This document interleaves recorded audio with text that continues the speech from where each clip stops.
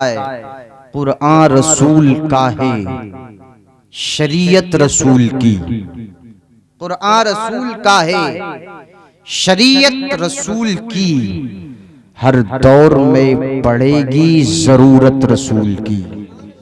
قرآن رسول کا ہے، شریعت رسول کی، ہر دور میں پڑے گی ضرورت رسول کی۔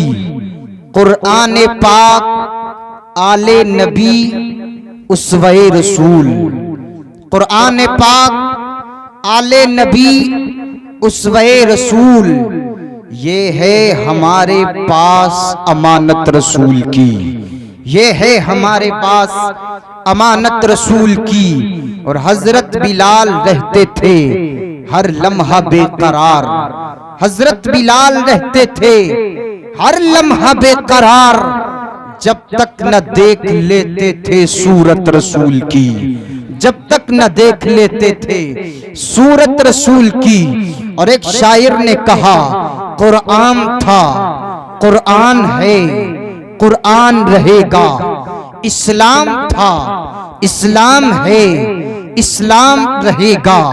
اسلام کی گردن پر حسین ابن علی کا احسان تھا، احسان ہے، احسان رہے گا۔ اور یہی ہے آرزو کہ تعلیم قرآن عام ہو جائے، یہی ہے آرزو کہ تعلیم قرآن عام ہو جائے، ہر ایک پرچم سے اونچا پرچم اسلام ہو جائے، ہر ایک پرچم سے اونچا پرچم اسلام ہو جائے۔ میں اور آپ یہاں پر جو حاضر ہیں، جہاں تک مجھے بتایا گیا ایک بچے کی آمد ہوئی، اسی کے شکرانے میں اس مجلس مقدسہ کا اہتمام کیا گیا ہے۔ دعا کریں اللہ پاک اس بچے کے عمر میں خوب برکتیں عطا فرمائے، خالق کائنات اس بچے کو والدین کا فرما بردار بنائے۔ یہ واقعی کمال کی بات اس دور کے حساب سے کہ بچے کی ولادت ہوئی اور مصطفیٰ کا جلسہ رکھا، ورنہ ان جلسوں کی جگہ نہ جانے کون کون سی خرافاتوں کے اڈے قائم ہوتے ہیں ان موقعوں پر، ان موقعوں پر۔ لیکن اللہ نے انہیں توفیق دی اور انہوں نے مصطفیٰ کے جلسے کو رکھا، نبی کا ذکر رکھا، نبی کے ذکر کو رکھا۔ اب اس ذکر کا فیضان کتنا برسے گا؟ تھوڑا تھوڑا آپ بولیں، بس میں اسی انداز میں اپنی بات میں اختتام کروں گا۔ مصطفیٰ کریم کے اس جلسے کا اور ماں باپ کے اس قدم کا جو اثر اولاد پر پڑے گا وہ کتنا پڑے گا؟ اس لیے کہ بچہ آیا دنیا میں ایک سادہ سا دماغ ہے، سادہ سا دماغ سادہ کاغذ بنا ہوا ہے۔ اب بچپنے سے جیسا چھاپ دے گا باپ، جیسا چھاپ دے گی ماں، وہی بچہ جیسے ہی ہوش سنبھالے گا تو اسی خاکے کو سامنے لے کر کے آئے گا، وہی خاکہ سامنے آتا رہے گا۔ تاریخ اٹھا کر دیکھو حضرت خواجہ قطب الدین بختیار کاکی کی۔ کون قطب الدین جن کا مزار دہلی شریف میں ہے؟ کون قطب الدین جو حضرت غریب نواز کے خلیفہ ہیں، دہلی میں جن کا مزار ہے؟ سلطان حضرت شمس الدین التمش کے پیر و مرشد ہیں حضرت قطب الدین بختیار کاکی، دہلی میں مزار ہے۔ آپ اٹھائیں تاریخ پتہ چلے گا۔ بچوں کی شان اور بچوں کی پرورش میں ماں کا کتنا بڑا کردار ہوتا ہے۔ میں تو یوں کہوں دنیا کا ہر مکتب بعد میں ہے، ماں کی کوکھ سب سے پہلا مکتب ہے۔ دنیا کا ہر اسکول بعد میں ہے، ماں کی کوکھ سب سے پہلا اسکول ہے۔ دنیا کا ہر مدرسہ بعد میں ہے، ماں کی کوکھ سب سے پہلا مدرسہ ہوتا ہے۔ آؤ پڑھو، قطب الدین کی عمر شریف جب 4 سال 4 مہینے 4 دن کی ہوتی ہے تو ان کی امی نے ایک جلسہ رکھا، ایک مجلس رکھی، اور اس مجلس میں جو شخصیت آئی وہ ہند الولی سلطان الاولیاء حضرت غریب نواز تشریف لا رہے ہیں۔ اور تشریف لے آئے خواجہ غریب نواز، جیسے ہی معین الدین تشریف لائے، وقت کا قطب الدین بیٹھا ہوا ہے، وقت کا اتنا عظیم شہزادہ بیٹھا ہوا ہے، سامنے غریب نواز ہے، غریب نواز نے چاہا کہ اس بچے کی بسم اللہ میں شروع کرا دوں، لیکن الہام ہوا او معین الدین ٹھہر جاؤ، ناگور سے حمید الدین آ رہے ہیں، وہ ان کی بسم اللہ کرائیں گے۔ او خدا کے بندو اختصار سے سنو، قاضی صاحب آئے، فرمایا بیٹا بسم اللہ پڑھو۔ ابھی انہوں نے کہا تھا قطب الدین نے 4 سال کی عمر میں بسم اللہ کی تلاوت فرمائی، اور تلاوت فرمانے کے بعد قاضی صاحب کے سامنے بیٹھے بیٹھے 4 سال کی عمر میں پورے سورہ فاتحہ کی تلاوت مکمل، 4 سال کی عمر میں۔ اور کمال آپ دیکھیں کہ جب سورہ فاتحہ مکمل ہوئی تو حضرت قطب الدین نے 4 سال کی عمر میں الف لام میم سے شروع کیا، اور شروع کرنے کے بعد پہلا پارہ مکمل فرما دیا، یہ ہوا تو دوسرا مکمل، وہ ہوا تو تیسرا مکمل، بڑھتے بڑھتے آگے چلتے رہے، یہاں تک کہ ایک ہی بار میں وقت کے اتنے چھوٹے شہزادے نے جس کی عمر 4 سال ہے لیکن سامنے بیٹھنے کے بعد ایک بار میں 15 پاروں کی مکمل تلاوت فرما۔ کمال بتاؤں، ہمارے گھر کا 4 سال کا بچہ کیا پڑھتا ہے، کیا پڑھتا ہے؟ اسے صرف موبائل سے فرصت ملے تب پڑھے گا آگے۔ اور اگر 4 سال کی عمر میں آپ ذرا غور کریں، چھوٹا سا بچہ اگر ہمارا سلام کرتا ہے تو پھر ماں باپ کی خوشی کا اندازہ نہیں ہوتا۔ آج میرے لال نے سلام کیا ہے ننھی سی زبان سے، آج میرے بیٹے نے قرآن کی آیت پڑھی ہے ننھی سی زبان سے، مگر پوچھا حضرت قاضی حمید الدین نے بیٹا بتاؤ تو صحیح تم نے کون سے مدرسے میں پڑھا ہے کہ 4 سال کی عمر میں تم نے 15 پارے یاد کر لیے اتنی ساری عمر میں؟ اور کمال بتاؤں کہ 4 سال کی عمر میں وہ 15 پارے انہوں نے جو پڑھے تھے ان کے سامنے قرآن شریف سامنے رکھ کر دیکھ کر نہیں پڑھے تھے، بلکہ 15 کے 15 پارے حفظ میں پڑھ دیے تھے۔ اتنی ساری عمر میں 15 پارے جس شہزادے نے پڑھ دیے ہو۔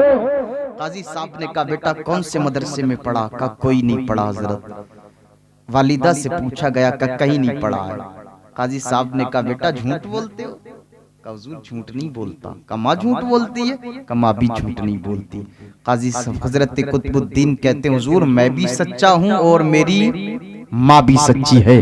کہا پھر مطلب سمجھ میں نہیں آتا، تم نے کہیں پڑھا بھی نہیں، کسی مدرسے میں بھی نہیں گئے، کسی قاری صاحب کے سامنے بھی نہیں گئے، اور یہ 15 پارے یاد کہاں سے کر لیے تم نے؟ تو قطب الدین نے وہ تاریخی جملہ کہا تھا اگر ہم اور آپ اپنے گھروں میں رائج کر دیں اور یہ ٹی وی جیسی بیماری کو نکال کر باہر پھینک دیں اور اپنے گھر کی ماں بہن کے ہاتھ میں قرآن تھما دیں تو یقیناً اولاد دنیا میں بہترین کردار کے ساتھ آئے۔ آگ لگا دی ان ٹی ویوں نے ہمارے گھروں کے اندر آگ لگا دی ان خرافاتوں نے ہمارے گھروں میں، نہ جانے کتنی خرافاتوں کا جنازہ بن کر کے رہ گیا۔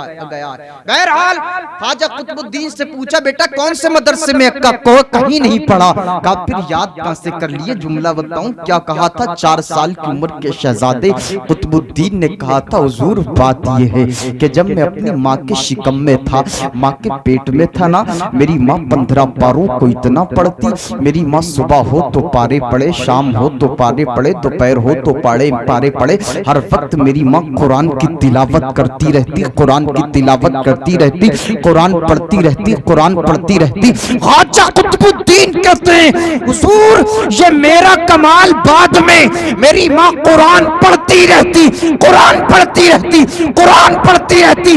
قطب الدین کہتے ہیں حضرات میں نے کسی مدرسے میں نہیں پڑھا، میری ماں قرآن پڑھتی رہتی تھی، مجھے ماں کے پیٹ میں 15 پارے یاد ہو کر کے رہ گئے۔ یہ سب سے پہلا مکتب، سب سے پہلا مدرسہ ماں کی کوکھ ہوا کرتا ہے۔ اب بتائیں تو ذرا ان ایام میں بھی اگر ماں بہنیں ان انداز میں زندگی گزاریں کہ سیریلوں کے سامنے بیٹھنے کے بعد تو پھر سوچتی ہیں کہ بیٹا جو آئے گا وہ اللہ کا ولی بن کر، یا بیٹی جو آئے وہ بہت بڑی پاکباز بن کر کے آئے۔ تو خدا را ہمیں اور آپ کو اپنے کردار بہتر کرنے چاہیے۔ جس دن ہمارا کردار نکھر گیا، جس دن ہمارا کردار لاجواب ہو گیا، تو میں بارہا کہتا ہوں ذرا سے بچے جو آج غلط اندازوں میں پڑھتے ہوئے نظر آ رہے ہیں نا، اس کی ایک بہت بڑی وجہ یہ بھی ہے کہ آج یہ میری اور آپ کی جو 2 آنکھیں ہیں نا، یہ 2 آنکھیں یہ اپنی اولاد پہ کم رہتی ہیں اور دوسرے کی اولاد پہ زیادہ رہتی ہیں. یہ باپوں کا طریقہ بتا رہا ہوں, اپنی اولاد پہ کم, دوسرے کی اولاد پہ زیادہ.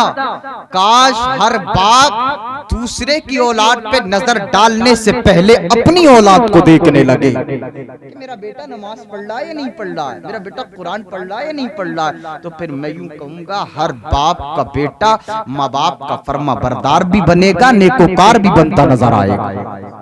یہ ماں باپ کی ذمہ داریوں میں سے بات بتا رہا ہوں میں. ہاں صرف اولاد کی یہ چڑھتی ہوئی جوانیاں غلط قدم پر ہیں, صرف ان کا ہی قصور نہیں ہے, یہ ماں باپ کا بہت بڑا قصور ہے. ماں اور باپ کو چاہیے بچپن سے اپنی اولاد کو دین کی تعلیم ضرور دلائیں, دین کی تعلیم ضرور دلائیں. آپ میں یہ نہیں کہتا اسکول مت پڑھاؤ, کالج مت پڑھاؤ, سب پڑھاؤ, اللہ ترقی دے, جتنا چاہو اتنا پڑھاؤ, لیکن ساری تعلیم سے پہلے خدا را اپنے بیٹے کو قرآن کی تعلیم ضرور دے لو, مصطفیٰ کے دین کی تعلیم ضرور دے لو. اس لیے کہ ہم نے دیکھا ہے کہ جن کے پاس قرآن و حدیث کی تعلیم دور دور تک نہیں, صرف دنیاوی تعلیم کے تو وہ بہت بڑے کہلاتے ہیں, لیکن ہم نے انہیں دیکھا کتنے ڈاکٹر ایسے ہیں جو دنیاوی تعلیم کے معیار کو اونچا رکھتے ہیں اور دین کی تعلیم کو نیچا کرتے ہیں. تو کیا ہم نے غریبوں کو ستاتے ہوئے نہیں دیکھا ڈاکٹروں؟ تو آپ کہیں گے دیکھا. کتنے نظارے ایسے مارمان صاحب, کتنے نظارے ڈاکٹروں کے ایسے کہ انہوں نے کتنے غریبوں کو تڑپایا. کاش کہ انہیں ڈاکٹروں کی ڈگری لینے سے پہلے انہیں مصطفیٰ کے دین کی سمجھ آتی نا, تو کبھی کسی غریب کا کلیجہ چیرتے نظر نہیں آتے. انہیں یہ درد ہوتا میں علاج کر رہا ہوں علاج, لیکن اس میں اگر مصطفیٰ کی محبت ان کے دلوں میں ہوتی تو وہ علاج کسی بھی انداز میں کرتے, مگر سب سے پہلے مصطفیٰ کی محبت کی خاطر کسی انسان کے انتقال کے بعد بھی اس انسان سے پیسہ وصولتے نظر نہیں آئے. ہماری آنکھوں کا دیکھتے ہوئے یہ منظر ہے کہ انسان کے انتقال ہو گئے اور ڈاکٹر لوگ ان سے پیسہ لے رہے ہیں. نہ جانے کتنے مناظر ایسے کائی کی وجہ ہے, خدا را علم دین مصطفیٰ کی وجہ ہے. اور میں صرف یہ نہیں کہہ رہا اس میں غیر مسلم ملوث ہیں, کتنے اس میں مسلمان کہلانے والے ملوث ہیں. اس میں وجہ کیا؟ اس میں وجہ یہ ہے کہ وہ علم دین سے بہت دور ہیں. علم دین ہوتا تو انہیں پتا چلتا کہ اگر غریب آہ بھی نکال دیتا نا, صرف آہ بھی نکال دیتا ہے تو خدا کی عزت کی قسم یہ آہ نکلتی ہے تو انسان کے چلتے ہوئے قدموں کو ڈگمگا دیا کرتی ہے. اسے اگر پڑھتا مصطفیٰ کے دین کو تو یہ سمجھتا مصطفیٰ کی امت کے غریبوں کی شان تو یہ ہے کہ کل قیامت کے دن جہاں امیر زادے ہوں گے, زمین و جائیداد رکھنے والے دنیا میں قیامت میں ہوں گے, سب جنت میں جانے کے متلاشی ہوں گے. اگر پڑا ہو تو غریبوں کو تو یہ دیکھتا, میرے نبی نے فرمایا کل قیامت کے دن میری امت کے غریب امیروں سے 500 سال پہلے جنت کے اندر داخل ہو جائے. یہ میرے مصطفیٰ نے غریبوں کے تعلق سے فرمایا, مگر یہ کائے سے ملے گا؟ یہ علم دین مصطفیٰ. آؤ علم کے قریب آئیں. خدا را جس دن ہم علم کے قریب آ گئے, میرے مصطفیٰ کی حدیث ہے, آقا نے فرمایا کن عالما او متعلما او مستمعا او محبا ولا تکن الخامس. فتح لیک مصطفیٰ نے فرمایا عالم بننا, عالم نہیں بننا, عالم نہ بن پائے تو متعلم بننا, علم سیکھنے والا بننا. آقا نے فرمایا اگر وہ بھی نہ بن سکے نا تو کم از کم علم والوں کی باتوں کو سننے والا بننا. کہا وہ بھی نہ بن سکے نا, آقا فرماتے ہیں پھر علم والوں سے محبت کرنے والا بن جانا. آقا نے فرمایا 4 کے بعد 5واں مت بن جانا, 4 کے بعد 5واں مت بن جانا, یعنی عالموں سے نفرت کرنے والا مت بن جانا, ورنہ تیرے دروازے تک ہلاکت آ جائے گی, بربادی آ جائے گی اگر ان سے نفرت کرنے پر آ گیا تو. اس کی وجہ یہ ہے میرے نبی نے فرمایا ہے جس نے عالم دین کی زیارت کی تو گویا اس نے مجھ محمد کی زیارت کی ہے. آقا نے فرمایا ہے کہ جس انسان نے عالم دین کو ستایا گویا اس انسان نے مصطفیٰ کریم کو تکلیف پہنچائی. اس لیے یاد رکھو خدا را, اگر بات علم دین کی ہوتی تو میں ضرور بتاتا, لیکن مجھے ایک بات بہت اہم یہ بتانی ہے کہ ہمیں اور آپ کو اپنے بچوں کو دین کے ساتھ کھڑا کریں اور کھڑا کریں اور اپنے بچوں کو اپنے رب سے محبت ضرور سکھائیں کہ بیٹا اپنے رب سے محبت کرو، بیٹا اپنے رب سے محبت کرو۔ جس دن میرا اور آپ کا بیٹا محبت خدا اور محبت مصطفیٰ میں مست ہو گیا تو پھر یقیناً دنیا میں عزتیں بھی قدم چومیں گی اور انشاءاللہ آخرت میں جنت کا حقدار بھی بنتا نظر آئے گا۔ ایک بات بس خدا سے محبت کی چاشنی کی بیان کریں۔ میرے مصطفیٰ تشریف فرما، حضرت صہیب رومی ذکر کرتے، ان سے روایت ہے، وہ کہتے ہیں نبی کریم علیہ السلام اپنے صحابہ کو جمع کیے ہوئے، صحابہ کی صدرک انجمن ہے، میرے مصطفیٰ تشریف فرمائیں، آقا پچھلی امتوں میں سے ایک نوخیز ولی، یعنی بچے تھے وہ چھوٹے سے، اس اللہ کے ولی کی اللہ سے محبت کا تذکرہ کرتے ہوئے فرماتے ہیں کانا یبری الاکمہ والابرسا، وہ میرے صحابہ وہ نوخیز تھے چھوٹے سے، لیکن ان کا کمال یہ تھا کہ اگر وہ اندھوں کی آنکھوں پر ہاتھ پھیر دیتے تو اللہ پاک ان کے ہاتھ پھیرنے کی برکت سے انہیں آنکھیں عطا فرما دیتا تھا۔ اب اندازہ لگائیں کہ انجمن ہو صحابہ کی، ذکر کر رہے ہوں میرے مصطفیٰ، جس کا تذکرہ نبی فرما رہے ہوں، وہ کتنے پائے کا ولی ہوگا، کتنی عظمتوں والا ولی ہوگا۔ نبی نے فرمایا میرے صحابہ وہ ہیں تو چھوٹے ننھے سے تھے، لیکن پچھلی امتوں میں اللہ سے ایسی محبت رکھتے تھے، وہ ایسی محبت رکھتے تھے، ان کی ولایت چھپی ہوئی تھی، کسی کو پتہ نہیں چلا۔ لیکن ایک دن وہ ایک قافلے میں چل رہے، چلتے چلتے ایک راستے پر جب پہنچے تو بیچ راستے پر شیر کھڑا ہے۔ اب شیر قافلے کو گزرنے نہیں دے رہا، سارے لوگ ٹھہر گئے، پریشان ہیں، یہ کب ہٹے کب ہم گزرے۔ تو اس اللہ کے ولی نے جو عمر میں بہت چھوٹے تھے ایک چھوٹا سا کنکر اٹھایا، اٹھانے کے بعد شیر کی طرف مارا۔ میرے نبی فرماتے ہیں میرے صحابہ جیسے ہی وہ کنکر شیر کے جا کے لگتا ہے تو چھوٹے سے کنکر سے شیر مر جاتا ہے۔ وجہ کیا تھی؟ وجہ یہ تھی کہ ہاتھ ایک اللہ کے ولی کے ہاتھ سے وہ کنکر مر گیا شیر۔ اب یہ سب گزر گیا قافلہ، لوگوں میں بات چلنے لگی یہ کون ہے بھائی، اتنی دیر سے ہم انتظار کر رہے تھے، شیر راستہ نہیں دے رہا، اس نے چھوٹی سی کنکر ماری، شیر ہٹ کر کے چلا گیا ہے، آخر یہ کار ہے، آخر کار یہ ہے کون؟ بات اور آگے بڑھی، کسی نے کہا یہ ایسا انسان ہے، یہ بچہ ایسا ہے کہ اگر یہ اندھوں کی آنکھوں پہ ہاتھ پھیر دے تو اس کے ہاتھ پھیرنے کی وجہ سے اس کی آنکھوں میں بینائی آ جاتی ہے، یہ بہت بڑے مرتبے والا ہے۔ یہ بات آگے پھیلتی رہی، بڑھتی رہی، تو اس وقت کا جو بادشاہ تھا بڑا ظالم تھا، بڑا جابر تھا اور اتنا بڑا والا تھا کہ اس نے اپنے آپ کو خدا تک کہلوانا شروع کر دیا تھا، لوگوں سے اپنے لیے سجدے کراتا تھا۔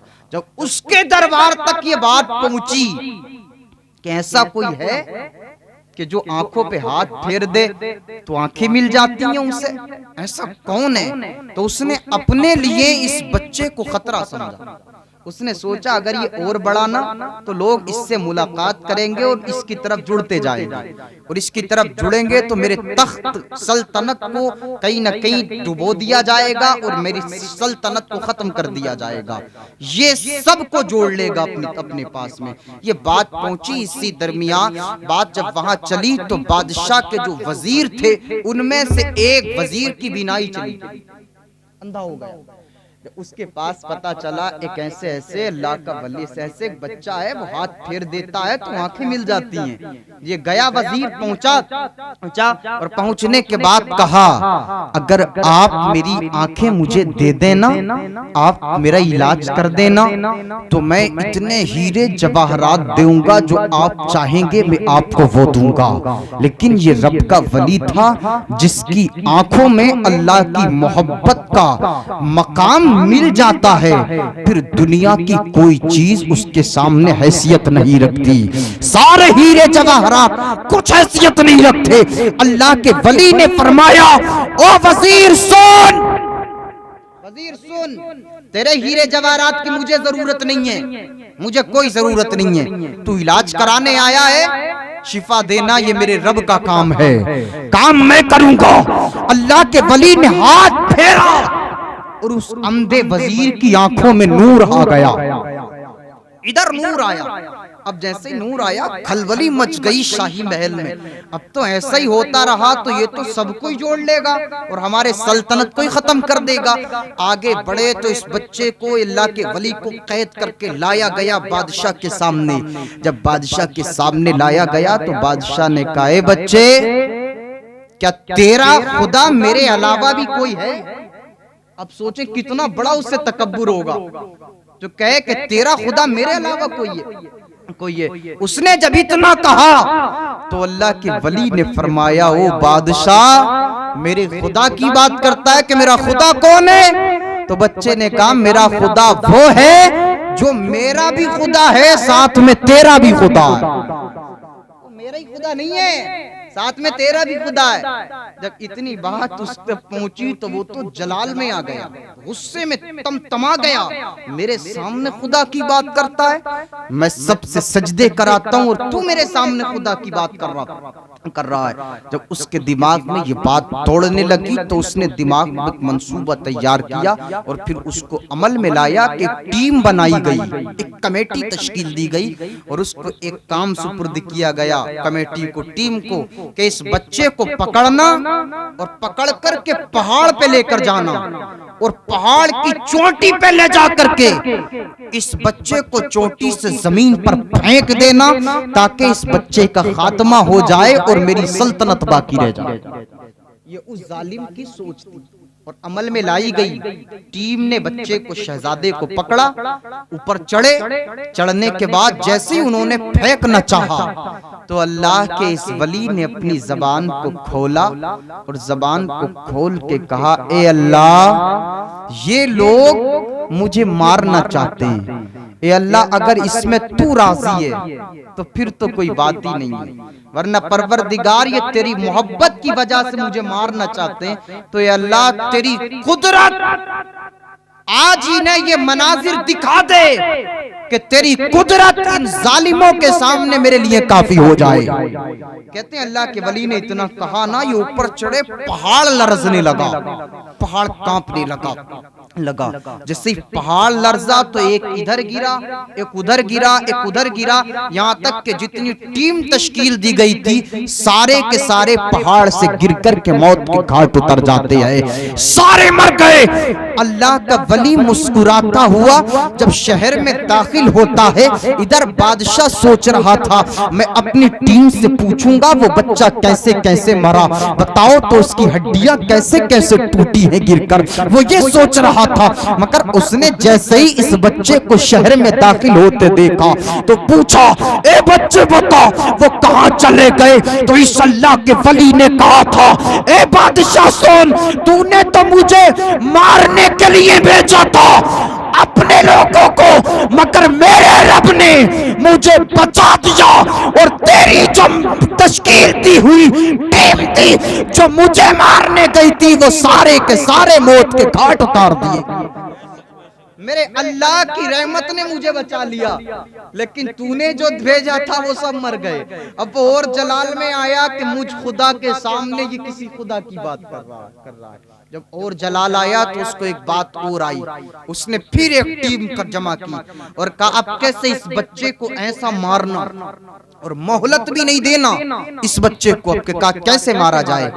کہا اس بچے کو لے کر جانا، کشتی میں بٹھالنا، سمندروں کے بیچ میں لے کر جانا، جب بیچ سمندر میں پہنچ جاؤ بچے کو اٹھانا، سمندر میں ڈال دینا تاکہ مچھلیوں کی غذا بن جائے، کام ہی ختم ہو جائے۔ کہتے ہیں بچے کو ٹیم لے کر گئی، بٹھالا گیا، جب بیچ سمندر میں پہنچا اور انہوں نے اپنا ناپاک ارادہ ظاہر کیا، پکڑنا چاہا تو اللہ کے اس ولی نے کہا، اے اللہ تو میرے لیے ان ظالموں کے مقابلے میں کافی ہو جا، اے اللہ تیری محبت کی وجہ سے یہ مجھے ستا رہے ہیں، اللہ تو ان کے لیے کافی ہو جا۔ کہتے ہیں پانی کے اندر ہچکولی آئی، پانی ادھر سے الٹا ادھر سے الٹا، دونوں طرف سے پانی نے الٹنا شروع کیا اور وہ سارے کے سارے ظالم اسی کے اندر غرق ہو گئے، مر گئے۔ یہ اللہ کا ولی واپس آیا شہر میں مسکراتے ہوئے، بادشاہ نے دیکھا یہ تو مسکراتے آ رہا ہے، مسکراتے آ رہا ہے۔ پوچھا وہ کہاں چلے گئے؟ تو بچے نے کہا وہ تو اپنے مقام پہ پہنچ گئے جہاں انہیں جانا تھا۔ کہاں پہنچ گئے؟ کہا تو نے بھیجا تھا مجھے مارنے کے لیے، لیکن جو میرا رب ہے، میرے رب کی رحمت نے مجھے بچا لیا اور ان کو مار دیا ہے۔ اللہ اکبر، اتنا کہنا تھا نہ تھا۔ بادشاہ جیسے ہی رب کا نام سنتا وہ جلال میں تمتما جاتا غصے میں، اس لیے کہ اپنے آپ کو خدا کہلاتا تھا۔ اب جو میں بتانا چاہ رہا ہوں کہ اس اللہ کے ولی کو اللہ سے محبت کیسی تھی، اور یاد رکھو اللہ کے ولی کی پوری زندگی کا ایک ہی مزاج رہتا ہے کہ یہ قوم کیسے نہ کیسے اپنے رب سے جڑی رہے، اور عالموں کا مزاج یہی رہتا ہے کہ یہ قوم کیسے نہ کیسے اپنے رب سے جڑی رہے۔ اماموں کا مزاج یہی رہتا ہے کہ یہ قوم کیسے نہ کیسے اپنے رب سے جڑی رہے۔ لیکن اگر میں اس پر تفسیر نہیں کر رہا، لیکن ایک بات بتا رہا ہوں، آج وقت کا عالم دین ہونا تو لوگ اس سے ولی ماننے کے لیے تیار نہیں ہوتے۔ جبکہ آپ سوچیں، امام اعظم ابو حنیفہ نے صاف کہہ دیا، امام اعظم فرماتے ہیں اگر اللہ کا ولی عالم نہیں ہے نا تو پھر اللہ کا ولی کوئی بھی نہیں ہے، کوئی نہیں اللہ کا ولی اگر عالم نہیں ہے۔ لیکن ہمارا پھر معاملہ الگ ہے، جس نے بڑے بڑے بال ڈال لیے اور جس نے نیلا پیلا لباس پہن لیا، بڑی بڑی مالائیں اور انگوٹھیاں ڈال لی، تو ہماری نظروں میں وہ تو ناپاک انسان ولی بن جائے گا۔ لیکن اگر کوئی عالم دین ہو تو ہم اس کی بات تک سننا پسند نہیں کرتے۔ او خدا کے بندو، ذرا تاریخ اٹھا کر تو دیکھو، اللہ اکبر، اس اللہ کے ولی وہ سامنے کھڑے ہیں۔ بادشاہ نے کہا کیسے تجھے مارا جائے، کیسے اسے مارا جائے، یہ بادشاہ سوچ رہا تھا۔ مگر اللہ کا ولی اب مسکرایا اور اپنی زبان کھولی، اور زبان کھول کے جملہ فرمایا بادشاہ یاد رکھنا، اگر تو مجھے مارنا چاہے تو تو لاکھ بھی کوشش کر لے، لیکن تو مجھے مار نہیں سکتا۔ بادشاہ اور غصے میں آیا، کہا پھر کیا کیا جائے؟ تو اللہ کا ولی کہتا ہے جو طریقہ میں بتا رہا ہوں، مورمان صاحب جو طریقہ میں بتا رہا ہوں، اللہ کا ولی کہتا ہے بادشاہ اگر تو مارنا چاہے اپنے طریقوں سے تو نہیں مار سکتا، لیکن جو طریقہ میں بتا رہا ہوں اگر تو اس طریقے سے مجھے مارے گا تو میں ضرور شہید ہو جاؤں گا۔ اب اندازہ لگائیں کہ کون ہے جو دنیا سے اپنے جانے کا طریقہ بتا رہا ہے؟ کیا کوئی بتا سکتا ہے؟ ہمیں آپ کو اپنی جان محبوب نہیں ہے، سب کو اپنی جان محبوب ہے، لیکن یہ اللہ کے ولی کی اللہ سے محبت۔ اور میں پہلے کہہ رہا ہوں اتقوا فراست المومن فإنه ينظر بنور اللہ، مومن کی دانائی سے ڈرو کیونکہ وہ اللہ کے نور سے دیکھتا ہے۔ ولی کی بینائی سے، ولی کی دانائی سے ڈرو کیونکہ وہ اللہ کے نور سے دیکھتا ہے۔ یہ اللہ کا ولی اپنے جانے کا طریقہ بتا رہا ہے تو ضرور کچھ بہت دور تک کا دیکھ رہا ہے، کوئی بھی چیز دیکھ رہا ہے بہت دور تلک کی، اور بہت دور کی ایک ایسی چیز دیکھ رہا ہے کہ جو رہتی دنیا ایسا منصب بنا کر جائے گی کہ جو پھر انسان اس کا اس مقابل پیش کرنے کے لیے عاجز رہ جائے گا۔ اللہ کے ولی نے کہا میں طریقہ بتاؤں، اس طریقے پہ عمل کر لینا تو تو کامیاب ہو جائے گا مجھے مارنے میں شہید ہو جاؤں گا۔ بادشاہ کہتا اس سے اچھی کیا بات ہے کہ تو ہی اپنے مرنے کا طریقہ بتا رہا۔ اللہ کا ولی کہتا بادشاہ پھر سن لے، تو اتنا سوچ رہا ہے کہ میں مرنے کا طریقہ بتا رہا ہوں، مگر میں اپنے جانے سے ایک بہت بڑا کام کر کے دنیا سے جا رہا ہوں، وہ تو تب دیکھے گا جب مجھے مار دے گا۔ بادشاہ نے کہا طریقہ تو بتا مارنے کا۔ اللہ کا ولی کہتا بادشاہ سن، ساری رعایا کو ایک میدان میں جمع کر دے، سب لوگوں کو جمع کر دے اور ایک ٹیلے پر مجھے کھڑا کر دے، اسٹیج یعنی اونچی جگہ پر مجھے کھڑا کر دے، اپنے ہاتھ میں کمان لے، تیر لے، وہ تیر لینے کے بعد میری طرف نشانہ لگا لے، نشانہ لگا کر کے اپنی زبان سے، توجہ نا جو اپنے آپ کو خدا کہلاتا، خدا کہتا، اپنے لیے سجدے کراتا، سب کچھ اپنے آپ کو سمجھتا، اللہ کا ولی کہہ رہا بادشاہ سن، لوگوں کو جمع کر اور مجھے اونچی جگہ کھڑا کر، اور کھڑا کرنے کے بعد میں نشانہ لگا میری طرف، اور پھر اپنی زبان کھول، اپنی زبان کھول۔ اب زبان سے کہلوانا کیا چاہ رہا اللہ کا ولی؟ اللہ کا ولی کہتا ہو بادشاہ اپنی زبان سے یہ کہنا بسم اللہ رب الغلام، اللہ کے نام سے، جو اس رب کے نام سے جو اس بچے کا رب ہے، اس غلام کے رب کے نام سے میں تیر مار رہا ہوں۔ اللہ اکبر، اتنا کہنا تھا۔ بادشاہ نے رعایا کو جمع کیا، جس سے سب سے سجدے کراتا تھا، سب سے کہتا میں خدا ہوں، لیکن مارنا چاہا نہیں مار سکا۔ جب سب کو جمع کیا، سب طریقے اپنا لیے، نہ مار سکا۔ اللہ اکبر، سب کو جمع کرنے کے بعد اس نے نشانہ لگایا اور کہا بسم اللہ رب الغلام۔ اس نے تیر مارا، اللہ کے ولی کی تن پٹی پہ جا کے تیر لگا۔ اللہ کے ولی نے ہاتھ رکھا کان پہ، جام شہادت نوش فرما لیا۔ ادھر اللہ کا ولی دنیا سے رخصت ہو رہا ہے، ادھر پورے مجمع میں کھلبلی مچ گئی، اور لوگ کہہ رہے ہیں ارے بتاؤ تو صحیح، یہ جو ہم سے سجدے کراتا ہے، اس نے بڑا مارنا چاہا لیکن ایک بچے کو نہیں مار سکا۔ ذرا اس کو غور سے سنو، اس نے کون سا نام لیا تھا جو اس بچے کو مارنے میں کامیاب ہوا ہے؟ کون سا نام لیا جو اس بچے کو مارنے میں کامیاب ہوا؟ تو ایک بولا کہ اس نے اس بچے کے رب کا نام لیا ہے، دوسرا بولا اس نے اس بچے کے رب کا نام لیا ہے، تیسرا بولا اس نے اس بچے کے رب کا نام لیا ہے۔ غرض کے پورا تجربہ بول رہا ہے آمنا آمنا آمنا برب الغلام۔ او لوگوں، ہم اس بادشاہ کے قدموں میں سر جھکاتے تھے، ہم اس کو خدا مانتے تھے۔ یہ بادشاہ خدا نہیں ہے، یہ بادشاہ خدا نہیں ہے۔ ارے خدا تو وہ ہے جس نے اس بچے کو عظمت عطا فرمائی ہے، جس نے اس بچے کو شان عطا فرمائی ہے، جس نے اس بچے کو مقام عطا فرمایا ہے۔ غرض مطلب یہ، اللہ کے ولی کا مطلب یہ تھا کہ اگرچہ میں تو دنیا سے چلا جاؤں گا، مگر جو لوگ اس کے سامنے ماتھا ٹیک دے، وہ اس کے سامنے سے ماتھا ہٹائیں گے، اور وہ کائنات کے پالنہار رب کے حضور اپنے ماتھوں کو ٹیک دیں گے، اور دنیا میں عزت دار بنیں گے، تو آخرت میں انشاءاللہ جنت کے حقدار بھی بنیں گے۔ سبحان اللہ، سبحان اللہ، بہت خوب، سبحان اللہ، سبحان اللہ۔ پوری زندگی کا منصب اللہ کے ولی کا یہ رہا کہ میں کہاں تک ایک ایک کو سمجھاؤں گا کہ تو اللہ کا سجدہ کر۔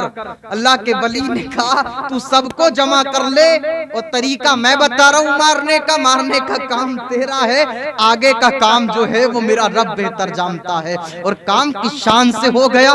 کتنا بڑا مجمع آمنا برب الغلام، یعنی ہمارے تمہارے رب پر ایمان کی باتیں کرنے لگا۔ یہ ذرا کس کی عظمتیں ہیں، یہ اللہ کے نیک بندوں کی، اللہ کے نیک بندوں کی عطائیں ہیں، اور ان کے کمالات ہیں جو آج ہم کو خیرات میں مل رہے ہیں۔ اے خدا کے بندوں، وہی اللہ کا ولی، علماء کی توجہ چاہوں، وہی اللہ کا ولی کن پٹی پہ ہاتھ لگایا، شہید ہو گئے، قبر بنا دی گئی۔ حضرت عمر فاروق اعظم کے دور میں، حضرت عمر کے دور میں اچانک کسی وجہ سے وہ قبر کھل گئی، یا کسی وجہ سے، کوئی ضرورت کی وجہ سے کچھ کام ہوا تو وہ قبر کھل گئی۔ اب جب قبر کھلی نا تو لوگوں نے دیکھا، دور ہے فاروق اعظم کا، دیکھا کہ وہ اللہ کا ولی آج بھی جو سینکڑوں سال پہلے کتنے لوگوں کو بادشاہ کے سامنے سے ہٹا کر رب کے حضور جھکایا تھا، جس نے آج تک اس اللہ کے ولی کا ہاتھ اپنے کان پر رکھا ہوا ہے، اور آرام سے محبتوں کی نیند سو رہا ہے، پیار سے سو رہا ہے۔ کسی نے کہا جو انسان اپنے لیے نہیں خدا کے بندوں کے لیے کام کرے، مخلوق کے لیے، اور اپنی زندگی کا مقصد رب کی رضا بنا لے، وہ دنیا سے چلا بھی جاتا ہے تب بھی خالق کے کائنات اس کے جسم کو زمین کے اندر بھی محفوظ فرما لیا کرتا ہے۔ سبحان اللہ، سبحان اللہ، بہت خوب حضرت، سبحان اللہ، سبحان اللہ، بہت خوب۔ کے بعد بھی اس اللہ کے ولی کا جسد مقدس سلامت تھا. ایک کائے کا فیضان ہے, یہ اللہ کی محبت کی برکتیں ہیں. اس لیے میں تو یوں کہتا ہوں لوگوں اپنے بچوں کو ذرا قریب تو لاؤ دین سے, اپنے بچوں کو اللہ کی محبت کے قریب تو لاؤ, پھر دیکھنا جس سے خدا اور مصطفیٰ کی محبتیں حاصل ہو جاتی ہے, یقین مانیے اسے زندگی میں عزتوں کے تاج عطا کیے جاتے ہیں. اس لیے کہ میرے نبی کے کونین سلطان دارین شفیع المذنبین آقا نے ارشاد فرمایا کہ انسان اپنی زندگی کا جو وقت کا یہ سرمایہ ہے اس کو گزار رہا ہے, یہ انسان کو ایک کھیتی کے لیے دیا گیا ہے. انسان تجھے دنیا جو دی گئی ہے یہ کھیتی کرنے کے لیے دی گئی ہے. یہاں جیسا تو لگا دے گا ویسے ہی آنکھ بند ہوتے ہی سب کا منظر دیکھ لے گا. جس دن میری تیری آنکھ بند ہو گئی, اذا جاء اجلہم فلا یستاخرون ساعتا ولا یستقدمون, کل نفس ذائقۃ الموت. جس دن موت کا فرشتہ آ گیا, پوری زندگی کا جتنا کام کیا وہ سارا ایک لمحے میں سامنے آ جائے گا, ایک لمحے میں سامنے آ جائے گا. اور جیسے ہی موت کا فرشتہ دیکھے گا نا, انسان دیکھے گا ساری زندگی میں کیے ہوئے کام ایک ہی بار میں کہے گا. اگر اچھے کام میں تو پھر جاتے ہوئے مسکراتے ہوئے جائے گا, لیکن اگر کام اچھے نہیں ہے نا, کام اچھے نہیں ہیں, میرے نبی فرماتے ہیں موت کے وقت بھی, حدیث کا مفہوم ہے, موت کے وقت ہی اس کے برے اعمال کی سزا اس کے سامنے دکھا دی جاتی ہے. اللہ اکبر. اب وہ تڑپتا ہے مرتے وقت, تڑپتا مرتے وقت, چیختا مرتے وقت, لیکن آقا فرماتے ہیں اس انسان کو فرشتے جکڑ دیا کرتے ہیں, باندھ دیا کرتے ہیں اس انسان کو. خدا را اس وقت کے آنے سے پہلے اپنے آپ کو تیار کر لو. موت کی اس نیند کے سونے سے پہلے اپنے آپ کو اتنا تیار کر لو, اتنا تیار کر لو کہ جب رات کی تنہائی بھی ہوا کرے نا تو اپنے سامنے کبھی کبھی قرآن رکھ کر کے تلاوت بھی کر لیا کرو.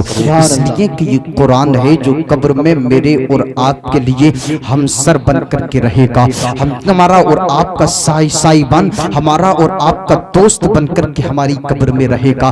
میرے اور تمہارے مصطفیٰ نے تو یہاں تک فرمایا, اے انسان اپنی دنیا کو ایسے کر کے گزار دے تاکہ تجھے جانے کے وقت افسوس نہ کرنا. جاگنا وہ جاگ لے, افلاک کے سائے تلے, حشر تک سونا پڑے گا خاک کے سائے تلے. آج جاگنے کا وقت ہے, آج جاگ لو. انسان اپنی زندگیوں کے بہترین نمونے آج کرنا سیکھ لے. بس میں آخری بات کروں اور بات ختم کر دوں. آقا کریم علیہ السلام کی محبت میں انہوں نے اس جلسے کو رکھا ہے. دعا کریں اللہ پاک اس بچے کو یا بچی کو جو بھی ہے خدا پاک اپنے حفظ و امان میں رکھے, اور خالق کائنات اس بچے کو اللہ اپنے محبوب کی محبت عطا فرمائے. بس محبت کے تعلق سے ایک بات میں بیان کر دوں. محبت جسے حاصل ہو گئی, پھر اس کے سامنے دنیا کی کوئی طاقت ہو, دنیا کی کوئی دولت ہو, دنیا کی کوئی بھی چیز ہو, جسے محبت مصطفیٰ حقیقی حاصل ہو جاتی ہے تو اس کے سامنے پھر کسی چیز کی حیثیت نہیں رہا کرتی ہے. آپ تاریخ اٹھاؤ, حضرت ابوبکر صدیق کی جنگ بدر میں ابوبکر صدیق کے بیٹے عبد الرحمن ہیں, وہ ابوبکر مصطفیٰ کی طرف سے, عبد الرحمن ابو جہل کی طرف سے. اچانک ابو جہل کی طرف سے جو عبد الرحمن تھے ان کی تلوار ابو بکر کے سر پہ آ گئی ہے, آنے لگی. انہوں نے دیکھا میرے باپ ہیں یہ, عبد الرحمن نے, اس وقت وہ ایمان نہیں لائے تھے, انہوں نے کہا میرے باپ ہیں ابو بکر, انہوں نے تلوار اپنی ٹوک لی. کچھ دنوں کے بعد عبد الرحمن ایمان لے آئے نا, تو ایک دن ایسی بات ہو رہی ہے باپ بیٹوں میں, تو عبد الرحمن کہتے ہیں ابا ایک بات بتاؤں. کہا بیٹا بتاؤ. کہا ابا جنگ بدر میں آپ نا میری تلوار کے نیچے آ گئے تھے, لیکن میں نے دیکھا آپ تو میرے باپ ہیں تو میں نے اپنی تلوار روک لی. ابو بکر صدیق کو جلال آیا, جلال میں فرمایا بیٹا یاد رکھ یہ تیرا معاملہ تھا. اگر تو ابو بکر کی تلوار کے نیچے آ جاتا, تو ابو بکر کی تلوار کے نیچے آ جاتا تو تجھے میں بیٹا سمجھ کر چھوڑتا نہیں, بلکہ تجھے مصطفیٰ کے دشمن کے گروہ میں ہونے کی وجہ سے 2 ٹکڑوں میں بانٹ. اللہ اکبر. یہ محبت اسے کہتے ہیں. اسے محبت کہتے ہیں۔ اور خدا را آج ہماری محبت، ہمارے اکابرین نے تو محبت ہمیں یہ سکھائی ہے، اور ہماری محبتیں یہ ہیں کہ جو مصطفیٰ کریم کے بارے میں اپنی غلیظ زبان کو بھی کھولتا ہے اور کلمہ کلام کی بات بھی کرتا ہے، مصطفیٰ کے علم غیب پر بھی بات کرتا ہے ادھر ادھر کی۔ اور آج ہماری محبت یہ ہے کہ مصطفیٰ کے دشمنوں کے ساتھ ہی آج ہم چائے ناشتے کر رہے ہیں، شادی بیاہ ہمارے انہی کے ساتھ ہو رہا ہے، اور ہم میں سے نہ جانے کتنے تو ایسے ہیں کہ ان کے جنازوں میں جا کے نمازیں بھی پڑھ رہے ہیں، کتنے ایسے ہیں کہ ان کے پیچھے نمازیں بھی پڑھ رہے ہیں۔ اشارہ تم سمجھو نہ سمجھو، لیکن میں صاف کہہ دوں، یہ جتنے اس طریقے کے لوگ ہیں، چاہے یہ کچھ بھی کریں، لیکن اگر مصطفیٰ کریم سے دشمنی ان کے دل میں ہے تو کتنی نمازیں پڑھیں، قرآن پڑھیں، روزے رکھیں، زکاتیں دیں، حج کریں، ساری کے ساری ان کے منہ پہ مار دی جائے۔ اللہ اکبر، سب سے پہلے محبت مصطفیٰ ضروری ہے، اور جس کے دل میں سچی محبت ہوگی وہ یقیناً ان ظالموں سے بچتا ہوا نظر آئے گا۔ بے شک حضرت، ان ظالموں سے بچتا ہوا نظر آئے گا، ان دیابینا، ان وہابیوں سے، ان نجدیوں سے بچتا ہوا نظر آئے گا۔ اس لیے عہد کریں خدا را، میری آپ کی زندگی چھوٹی ہے، مجھے بڑے مجمع سے زیادہ چھوٹے مجمع میں بات کرنا زیادہ اچھا لگتا ہے۔ اس کی وجہ یہ ہے کہ بڑے مجمع کو سمجھانے کے لیے بڑے چاروں طرف گھمانے پھرنے کی ضرورت پڑتی ہے، اور چھوٹے کم لوگوں کو سمجھانے کے لیے بڑی آسان طریقہ۔ ان کے پیچھے نہ تو ہماری نماز ہونے والی ہے، اور ہم سے تو لوگ نوجوان لڑکے جو باہر کام کرتے ہیں وہ پوچھتے بھی ہیں حضرت ایسے بات ہے کہ یہاں صرف ایک ہی مسجد ہے، ہم جمعہ کہاں پڑھیں؟ یہ ایک ہی مسجد ہے یہاں پر، یہ کون سی نماز کہاں پڑھیں؟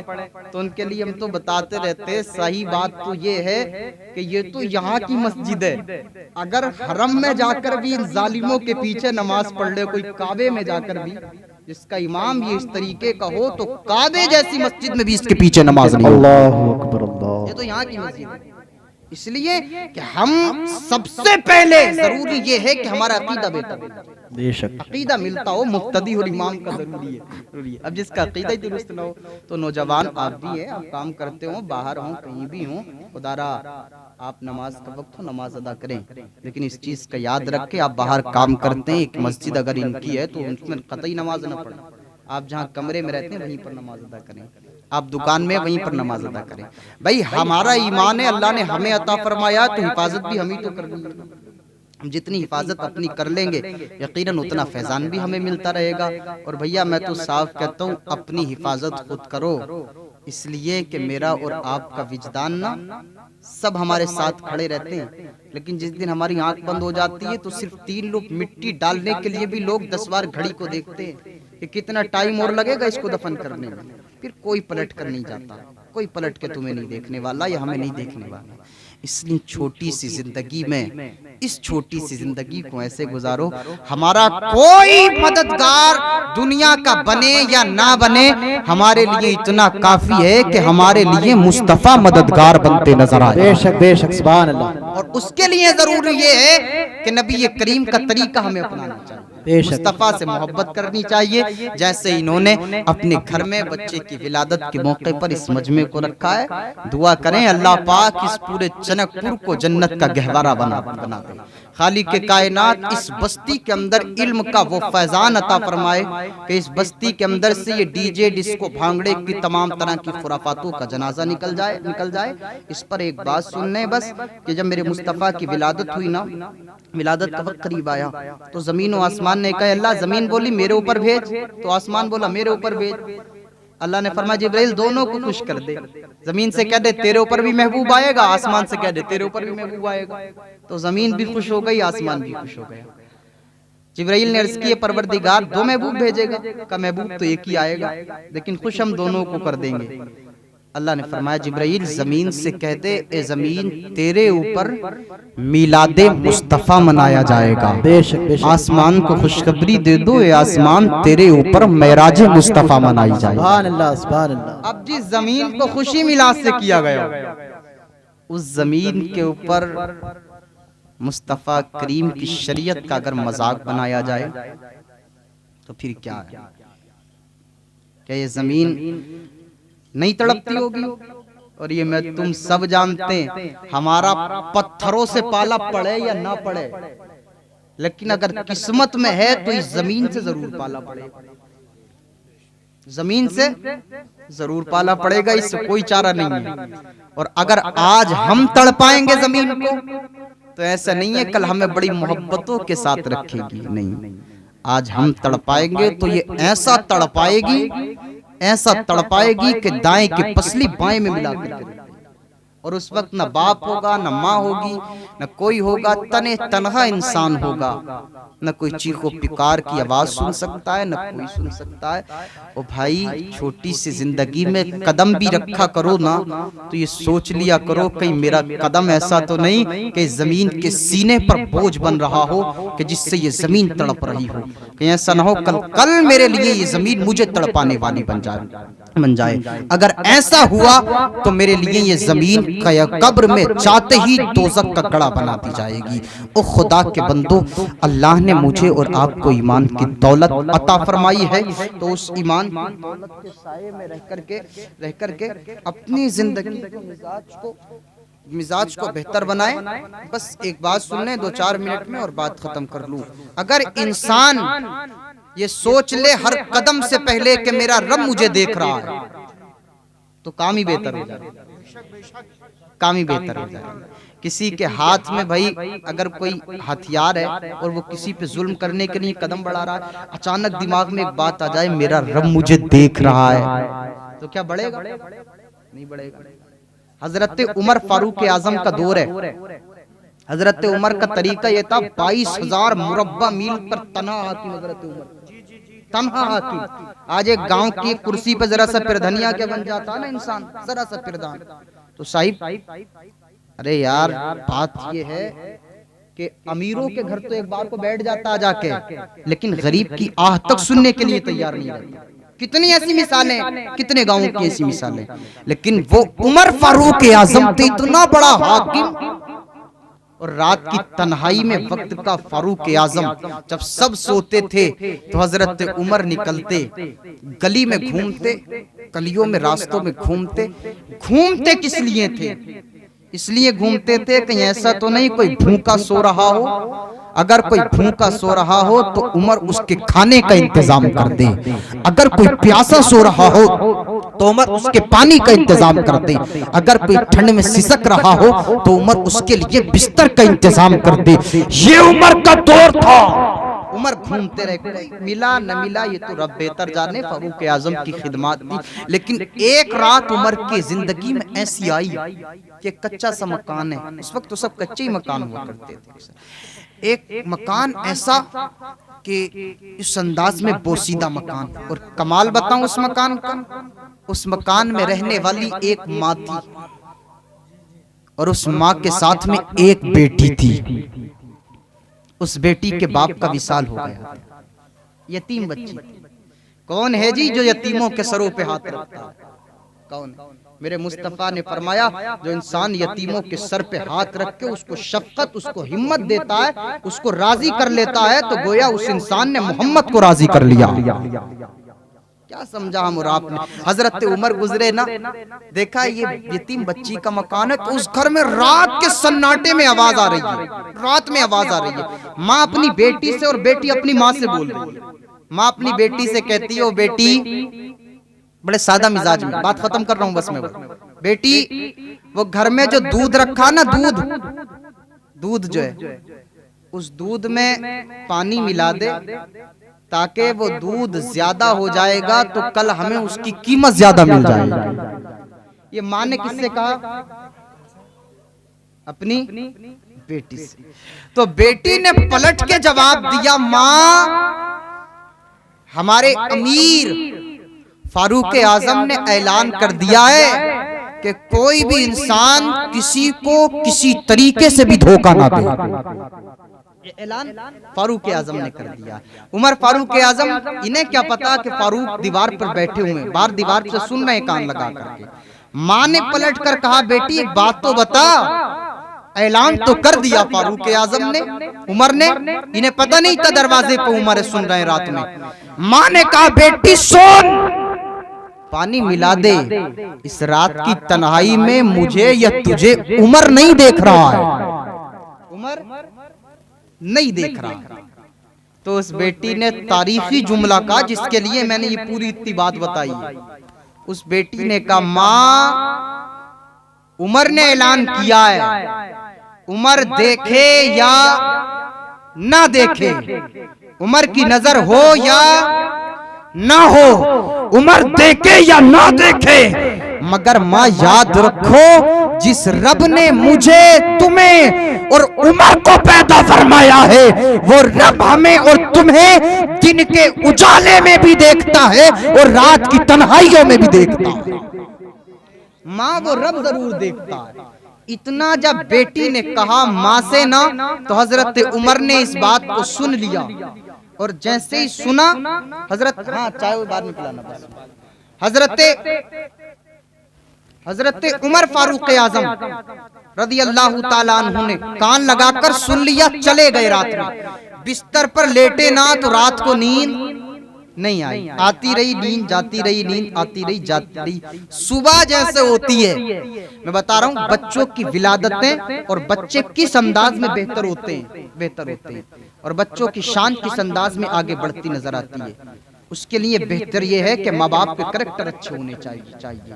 تو حضرت عمر فاروق اعظم نے صبح ہوتے ہی اپنے بیٹوں کو بلایا اور بیٹوں کو بلا کر کہا او میرے شہزادوں ذرا یہ تو بتاؤ کہ تم میں سے کون ہے جو ایک بچی سے نکاح کرے گا کہ میں عمر اس کا نکاح کرا دوں، میں نکاح کرا دوں۔ اندازہ لگائیں اتنا بڑا بادشاہ اور نکاح کی بات کر رہا ہے ایک اتنے غریب گھر میں کہ جہاں صبح کا کھانا کھا کر شام کا پتہ نہیں رہتا، شام کا کھا کر صبح کا پتہ نہیں رہتا، بڑے غریب ہیں، یتیم بچی ہے۔ تو حضرت عمر کے ایک بیٹے جن کا نام حضرت عاصم ہے وہ آگے بڑھے، کہتے ہیں حضور وہ میرا نکاح فرما دیجئے۔ اتنا جیسے ہی کہا نا حضرت عاصم نے تو عمر فاروق اعظم نے اپنے بیٹے کو تیار کیا، تیار کرنے کے بعد اس عورت کے یہاں پیغام پہنچوایا اور کہا عورت میں اپنے بیٹے کا نکاح تیری بیٹی کے ساتھ کرانا چاہتا ہوں۔ کہا وجہ کیا ہے؟ میں اگر اس پہ بات کروں تو بات الگ ہے۔ بیٹی عورت نے کہا حضور میرے پاس کچھ نہیں ہے۔ حضرت عمر فاروق اعظم کی محبت نے کہا تیری بیٹی کے پاس وہ جہیز ہے جو دنیا کی کسی بازار میں نہیں ملتا، وہ جہیز تیری بیٹی کے پاس ہے، وہ طاقت اور وہ سامان تیری بیٹی کے پاس ہے۔ کہا حضور میری بیٹی میں ایسی کون سی ادا پسند آ گئی؟ کہا تیری بیٹی کے اندر ایک ادا یہ پسند آ گئی کہ تیری بیٹی کے اندر صداقت لاجواب ہے، سچائی ہے، ایمانداری ہے۔ صرف ایمانداری کے اوپر آج تیری بیٹی کے ساتھ عمر اپنے بیٹے کا نکاح کرنا چاہتا ہے۔ اگر تجھے منظور ہے تو رشتہ ہوا، نکاح ہوا، اس نکاح کی برکت سے اللہ نے ان کو ایک بیٹی عطا فرمائی۔ سیدہ فاطمہ الزہرا کا کلچر لے کر کے زندگی اس بچی نے آگے بسر کی، اس بچی کا نکاح ہوا، اس نکاح سے وہ شہزادہ دنیا میں تشریف لایا جس نے کائنات میں عدل و انصاف قائم کر دیا، جس کو حضرت عمر بن عبدالعزیز کہا جاتا ہے۔ لوگوں نے کہا اے لوگوں اگر نکاح نہ سچائی پہ ہوں، نکاح ایمانداری پہ ہوں، نکاح اللہ کے محبوب اللہ کے بتائے ہوئے اللہ کے محبوب کے بتائے ہوئے راستے پر ہو، نکاح بہترین انداز میں دینداری پر نکاح کیے جائیں تو یقیناً اولاد جو دنیا میں آئے گی وہ یقیناً مصطفیٰ کریم کی وفادار بنتی ہوئی آئے گی، آقا کریم کی وفادار ہوگی، ماں باپ کی وفادار ہوگی۔ آج وجہ یہی تو ہے کہ آج نہ جانے کتنوں کی اولادیں ماں باپوں کو تڑپاتی ہیں، اس کی ایک بڑی وجہ یہ ہے کہ رشتہ نکاح کرتے وقت دینداری پسے پشت رکھ دی جاتی ہے اور دولت کو سب سے پہلے سامنے رکھ دیا جاتا ہے۔ اور جب دولت پہ بات آتی ہے تو وہ دولت کی طرح ہی نچائے گا جس کو دولت پہ نچایا